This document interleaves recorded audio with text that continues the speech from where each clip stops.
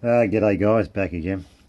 Thought I'd do the reassembly of these, one of the three padlocks. I was going to start off with the 6550. I've done a few modifications.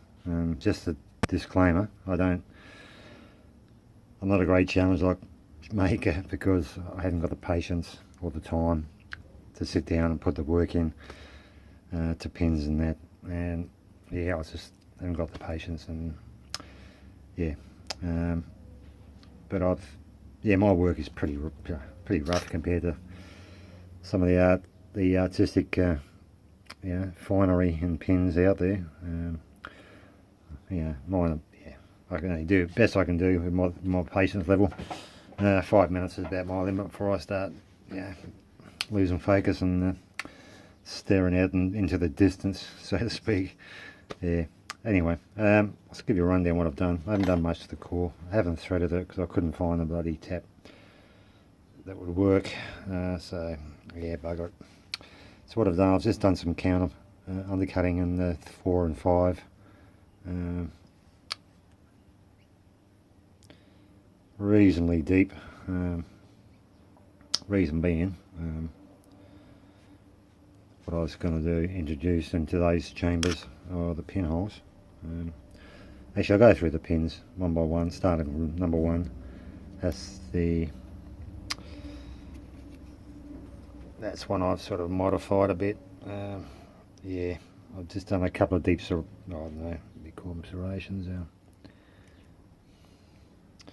Yeah, a couple of deep serrations towards the top on number 1. Kept the standard Apis spool. 2, I pretty much left stock standard with the Apis double serrated driver. I haven't touched that. That's the way it came out of the lock. So number 3 pin, it's a deeper pin. I've done sort of 3 serrations in that.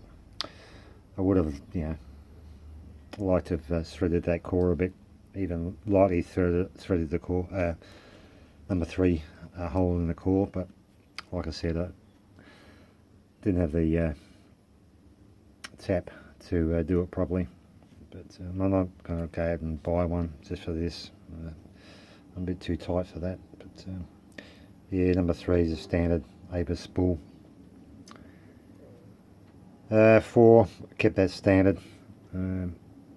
What I've done, well, it's pretty rough, but you get the idea. I've actually, deepened that spool considerably. Hopefully that might play into play with the undercut, or make it a bit harder to set.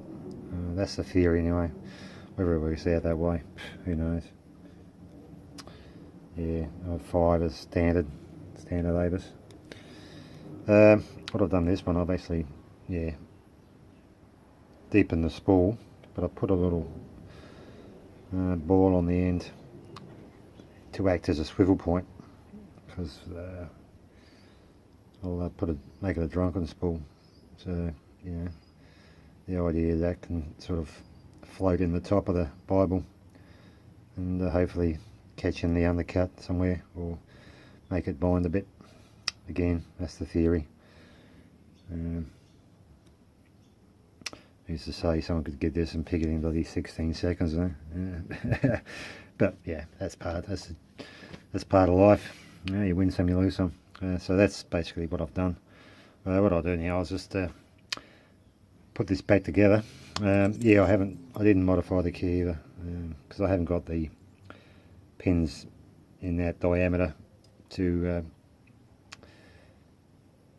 adjust to deeper cuts. So I haven't got any. I don't keep right. I don't challenge locks on. Not my thing. So I don't have the bits and pieces to do them properly. But so I've kept that standard. Still not bad bitting anyway. You still got your number 1 and 3 are good, nice. No, number 1's a keeper, gatekeeper for 2, and 3's a gatekeeper for 4 and 5. But anyway, I'll just bring that up a bit. what I'll do, I'll put the actuators back in.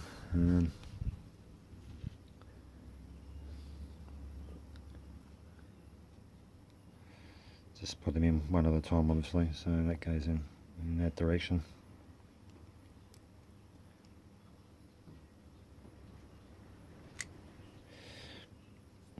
It's just a matter of getting the screwdriver down there and orientating it in the correct position, which is easier said than done.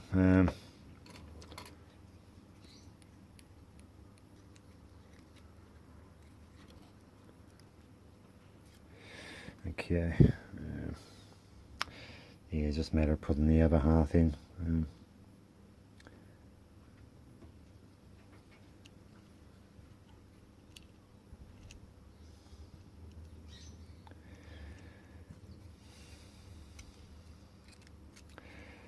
Again, just orientate it and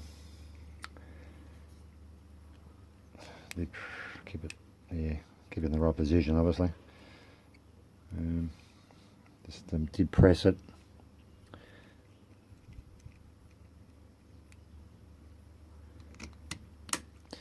And close that shackle. That way we're pretty much set the actuators.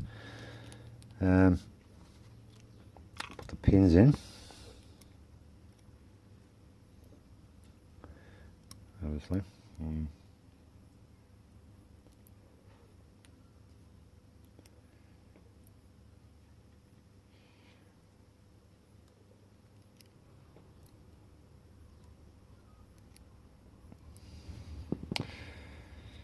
Okay, I'll put the core in. Okay, that's in place. Yeah, I've actually cut, I don't know,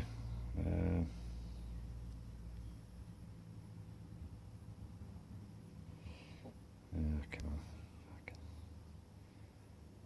I need focus.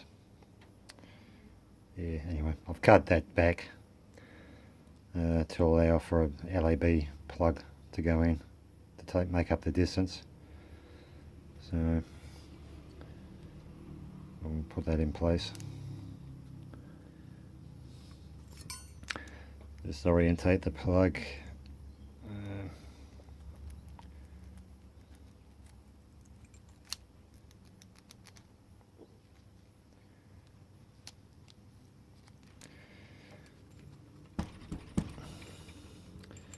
There we go, it fell then. I don't know if you see that, but yeah. I'll just place the drivers in.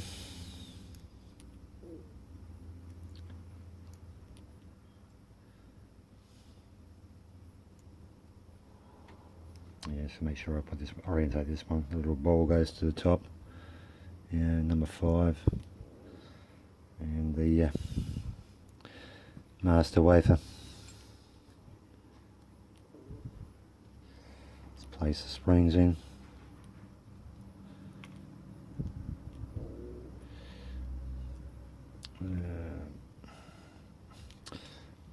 That's just the plug for the retainer pin. So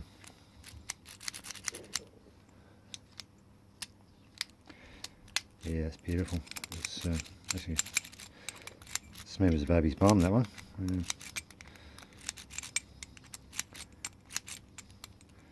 Like a new one. Anyway, I'll pause the video and I'll go and put all the caps back in and lynch it off and see how we go with the end result. So back in a second. Back again. Yeah, I've done the lynching, so yeah, I could probably do a bit better. So a little bit off there, but I'll square that off later. But yeah, it's pretty much how it was out of the pack. Just the only difference is it's got a few modifications. Yeah, I'll send it on to someone. I've got someone in mind, but and just I know someone's going to ask. No, I'm not going to pick it on camera. Let someone else worry about that. Anyway, that's the final result. I'm pretty happy with that. So I'll do the other two at later dates, one at a time, and yeah, we'll go from there. Oh, before we go to, I think I've shown this before, but before I actually reassemble it. This is an old 245. I'm going to change that shackle. It's a bit skanky, but yeah, it's got to do a bit more lenition to get that indent out. For some reason, whoever had the padlock before must have got a hard wire brush and ground on the brush against the grain, so it's left a divot. So I'm working that, just lenishing off to get that completely out. But yeah, I'll get round to that. But I think I showed this, but these pins come out of this 245. I've showed it before, but I was bloody staggered actually. These are the drivers. They're all long because the length of the bob was pretty long as well. So, but yeah, there's two standards and three, I don't know, like little chest pieces, like bishops, I don't know, tapered spools or something. So that would have been back in the day, vintage spools, and on a 245 padlock.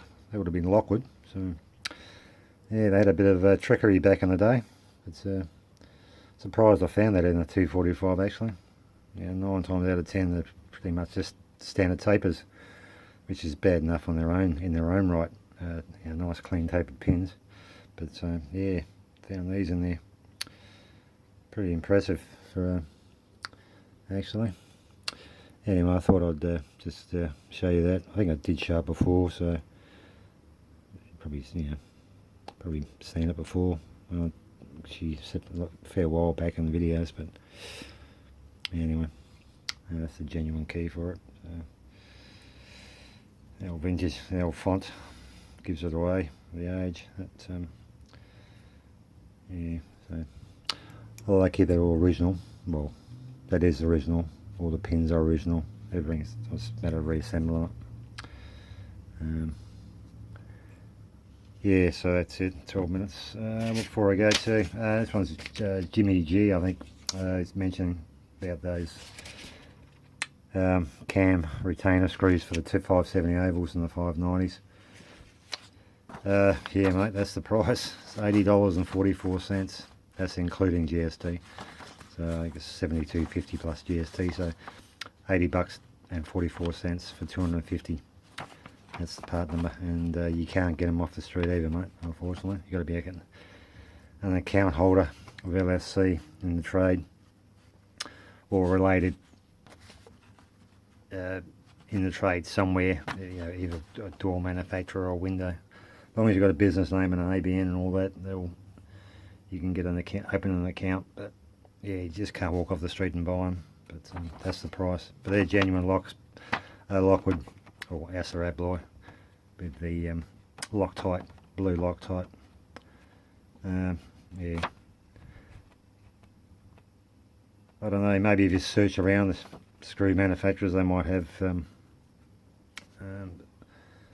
a different manufacturing version with the same thread and size, but yeah, they're pretty small. Yeah, but yeah, that's the deal, unfortunately.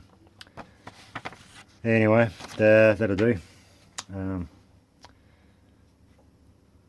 put this padlock back.